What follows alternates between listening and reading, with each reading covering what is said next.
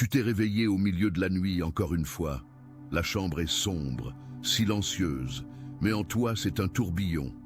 L'esprit s'emballe, ressassant chaque inquiétude, chaque peur non résolue de la journée passée. La sensation est familière.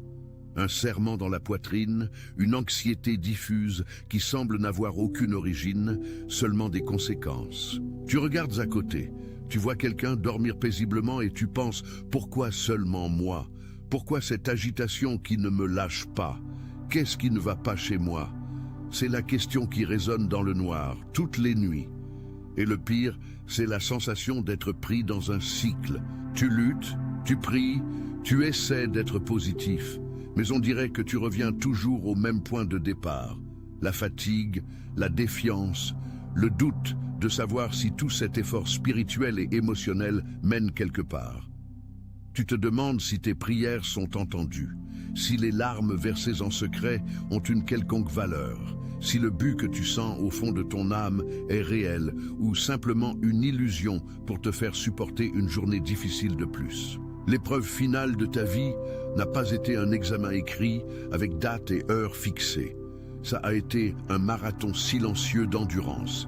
Ça a été de supporter les critiques en silence, d'avancer même quand tout en toi te suppliait d'abandonner, de croire à la promesse quand les signes visibles ont disparu. Et maintenant, au bout de cette longue nuit, un nouveau jour se lève. Mais ce n'est pas un jour comme les autres. C'est le premier jour d'une nouvelle saison. L'épreuve qui a tenté de faire taire ta voix, d'étouffer ton espérance et d'enterrer ta raison d'être vient juste d'être validée par toi. Et je veux te montrer comment tu peux le reconnaître, comment tu peux poser le pied sur ce nouveau territoire et comprendre que le cycle de douleur qui semblait sans fin a, en réalité, été brisé. Peut-être que tu ne le sens pas encore. Peut-être que tu écoutes ces mots en pensant « Mais ma situation est toujours la même. Les factures sont là. Le problème de santé n'a pas changé. La solitude fait encore mal. » C'est précisément là que réside la première grande révélation. La validation de l'épreuve n'est pas nécessairement un changement immédiat des circonstances extérieures. Attention, vous devez vous préparer maintenant. J'ai préparé un contenu exclusif pour ceux qui sentent qu'ils ont été mis à part pour quelque chose de plus grand, mais vivent entourés de bruit, de distractions et de surcharge mentale. C'est un parcours de 30 jours qui va transformer votre vie, un chemin guidé pour blinder votre esprit et vous préparer à ce qui vient avec des pratiques quotidiennes de focus, de limites et de discipline, également disponibles en version audio immersive. Plus de 10 000 lecteurs ont déjà transformé leur vie grâce au parcours de 30 jours. Des milliers de personnes ont déjà commencé cette transformation. Des gens comme vous, qui en avaient assez de vivre dans le brouillard. Des personnes ordinaires qui ont décidé de ne plus accepter le chaos mental. Profitez de cette offre à durée limitée, uniquement ce mois-ci. Accédez à votre lien juste en dessous, dans le commentaire épinglé. C'est un changement de position intérieure. C'est comme si tu avais gravi une montagne escarpée, transpiré, saigné, failli abandonner. Et maintenant, tu es arrivé au sommet. De là-haut, le paysage est le même, mais ta perspective sur lui a complètement changé. Les batailles qui consumaient tes nuits, celles qui te volaient ton sommeil et ta paix, sont maintenant en bas. Tu les vois, tu reconnais leur forme, mais elles n'ont plus le pouvoir de te consumer. Elles sont devenues des cendres à tes pieds. Ce n'est pas un cliché de motivation. C'est une réalité spirituelle qui commence à se manifester dans ta psyché. Les neurosciences nous aident à comprendre un peu ce processus.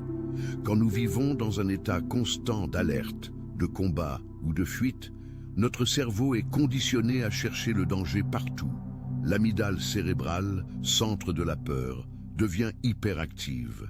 Que se passe-t-il quand l'épreuve est validée? C'est comme si un commandement supérieur, venant du cortex préfrontal, la zone du discernement et de la foi, commençait à recalibrer ce système. Peu à peu, la réponse au stress diminue. La sensation de poids sur la poitrine, cette appréhension constante que quelque chose de mauvais pourrait arriver à tout moment, commence à être remplacée par une légèreté. C'est une légèreté dont tu ne te souvenais même plus. Ça semble étrange au début, presque de l'irresponsabilité. Tu te surprends dans un moment de silence et tu réalises, il n'y a pas de bruit intérieur. Il n'y a pas ce martèlement de pensées catastrophiques. C'est un silence qui guérit. Chaque larme que tu as versée en silence a été comptée. C'est l'une des affirmations les plus puissantes de cette prémisse. Et elle a un parallèle profond tant dans la spiritualité que dans la psychologie du développement. Du point de vue psychologique, les larmes ne sont pas seulement de l'eau et du sel. Elles transportent des hormones de stress, comme le cortisol. Pleurer est, littéralement, un processus de désintoxication émotionnelle. Chaque fois que tu as pleuré seul, sous la douche, dans la voiture, dans l'oreiller, ton corps libérait une charge toxique de désespoir. Tu étais, même sans le savoir, en train de nettoyer le terrain intérieur pour quelque chose de nouveau. Spirituellement, ce décompte parle d'un registre divin. Rien n'a été gaspillé, aucune souffrance n'a été vaine. La douleur que tu as jugée insignifiante, le moment de faiblesse que tu as tenté de cacher, la prière balbutiée que tu pensais n'être pas allé plus loin que le plafond de ta chambre, tout cela a été noté. Non pas comme un juge note des fautes, mais comme un artisan note les étapes nécessaires pour sculpter un chef-d'œuvre. Les retards que tu as vécus, ces projets qui n'ont pas abouti, cette porte d'emploi qui ne s'est pas ouverte, cette relation qui n'a pas évolué, tu les as interprétés comme un rejet, comme un échec personnel, comme le signe que tu n'étais pas assez bon. Il est maintenant temps de leur donner un nouveau sens, et cette démarche n'est pas une pensée positive magique. C'est un exercice de réinterprétation des faits à la lumière d'une intelligence supérieure. Et si ces retards n'étaient pas des rejets mais des protections, pense à une situation concrète, tu as postulé pour un emploi qui semblait parfait, tu as étudié, tu t'es préparé, tu as prié et tu n'as pas été appelé. La frustration a été immense. 6 mois plus tard, tu apprends que l'entreprise est entrée dans une crise profonde, a licencié la moitié de son personnel et que ceux qui sont restés sont surchargés et malheureux. La porte ne s'est pas ouverte, non pas parce que tu étais incapable, mais parce qu'un meilleur chemin était en préparation. Un chemin qui exigeait que tu ne sois pas coincé à cet endroit, à ce moment-là. Les portes fermées n'étaient pas des fins. Elles étaient des redirections soigneuses. L'univers, ou Dieu, ou l'intelligence de la vie, utilise le terme avec lequel tu te connectes, était en train de te détourner des impasses et de te conduire, même sans que tu t'en rendes compte, vers un territoire spirituel où l'anxiété perd sa licence pour hanter tes pensées. Ce territoire spirituel est un état de conscience. C'est un lieu intérieur où la peur n'est plus le souverain. Comment y arrive-t-on ? D'abord, en comprenant que ton identité n'est plus liée aux pertes, aux abandons ou aux trahisons du passé. Pour une personne au-delà de 35 ans, c'est crucial. Nous portons des histoires. La trahison d'un associé qui a laissé l'entreprise en faillite, l'abandon d'un conjoint parti sans explication, la perte d'un être cher qui a laissé un vide permanent. Pendant des années, voire des décennies, ces expériences ont pu définir qui tu es. Je suis la personne qui a été trahie. Je suis celle qui est restée seule. Je suis celle qui n'a jamais surmonté cette perte. Ton récit personnel a été kidnappé par la douleur. La validation de l'épreuve finale signifie que tu as reçu un nouvel acte de naissance spirituelle. Tu as été renommé.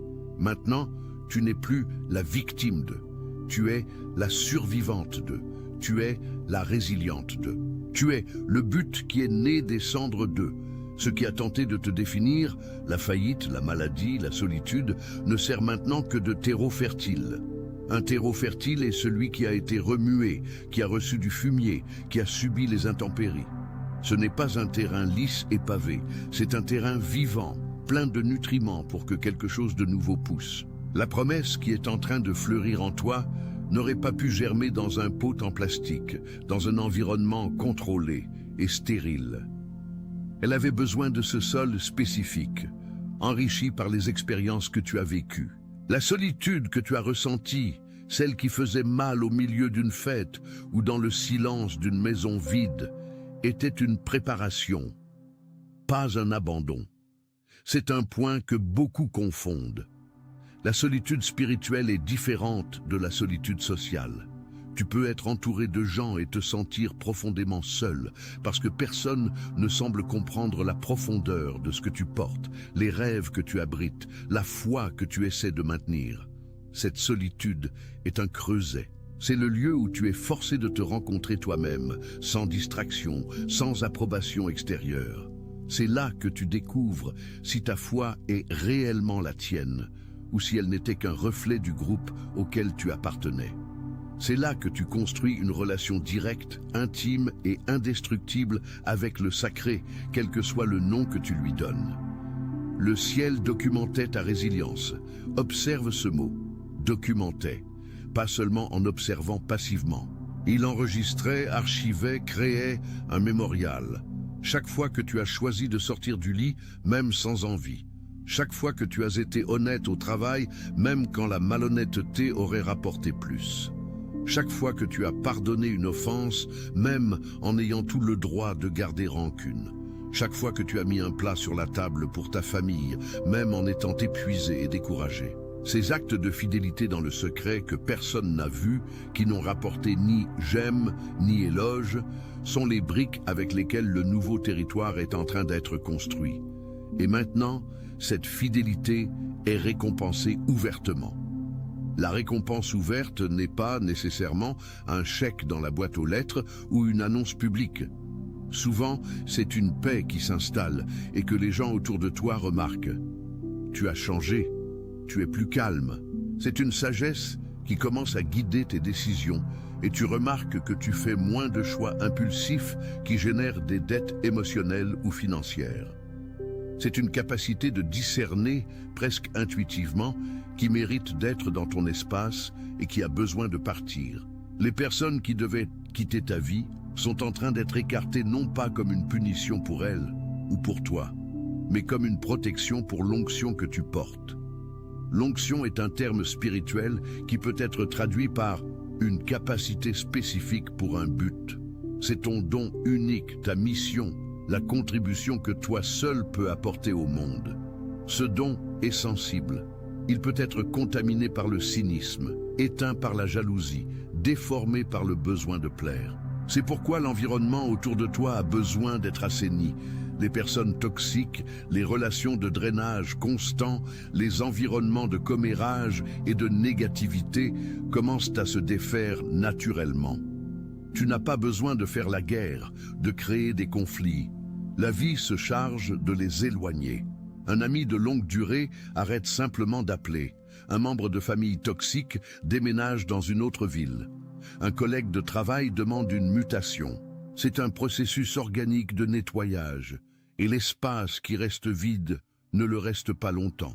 Il sera rempli par des alliances authentiques, des personnes qui vibrent à la même fréquence de but que toi.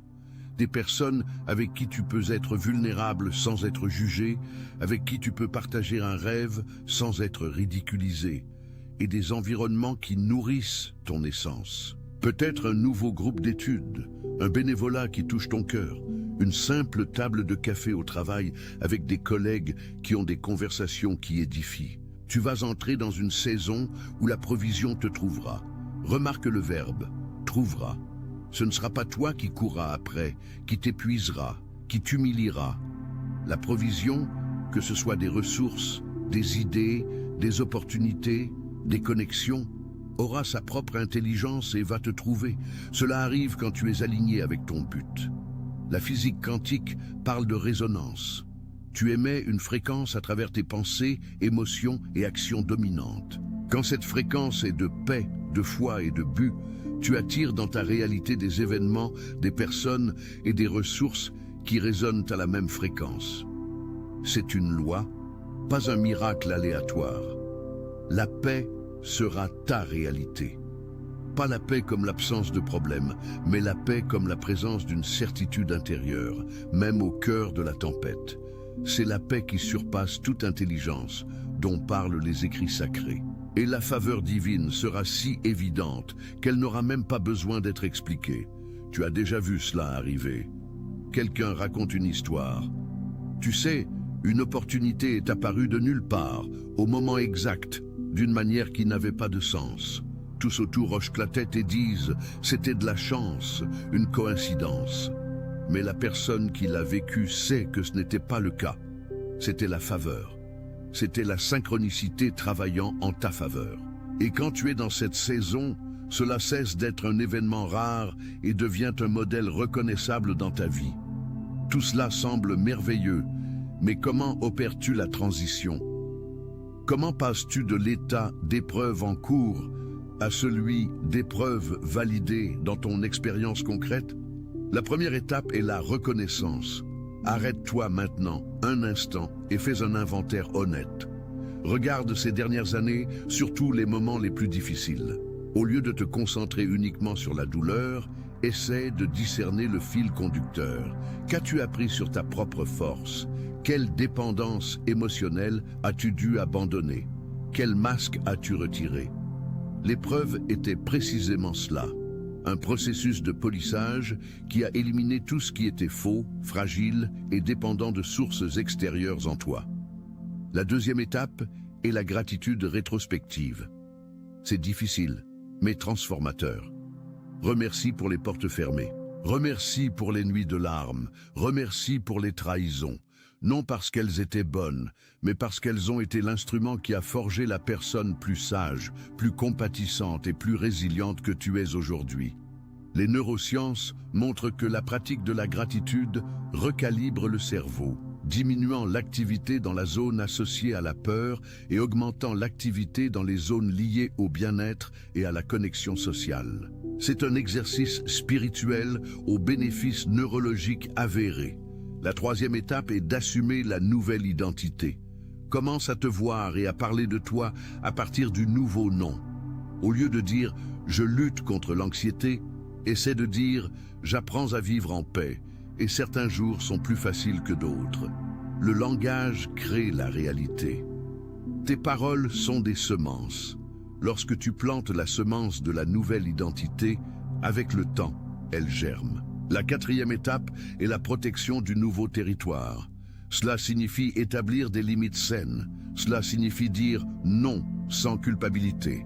Cela signifie prioriser ton bien-être spirituel et émotionnel. Cela signifie éteindre les informations qui ne génèrent que de la panique, réduire le temps avec les personnes qui ne font que se plaindre et créer des rituels quotidiens qui nourrissent ton âme. Cela peut être 5 minutes de silence le matin, une promenade en observant la nature, lire quelque chose d'inspirant, écouter une musique qui élève ton esprit.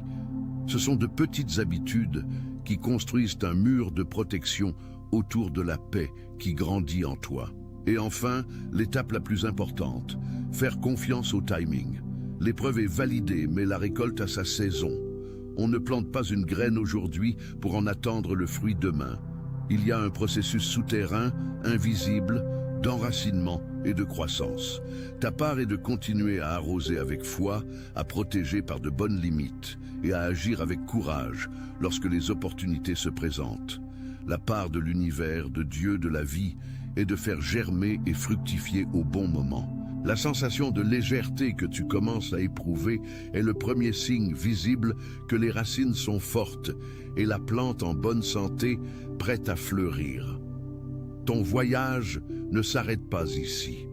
En vérité, il ne fait que... Attention, vous devez vous préparer maintenant.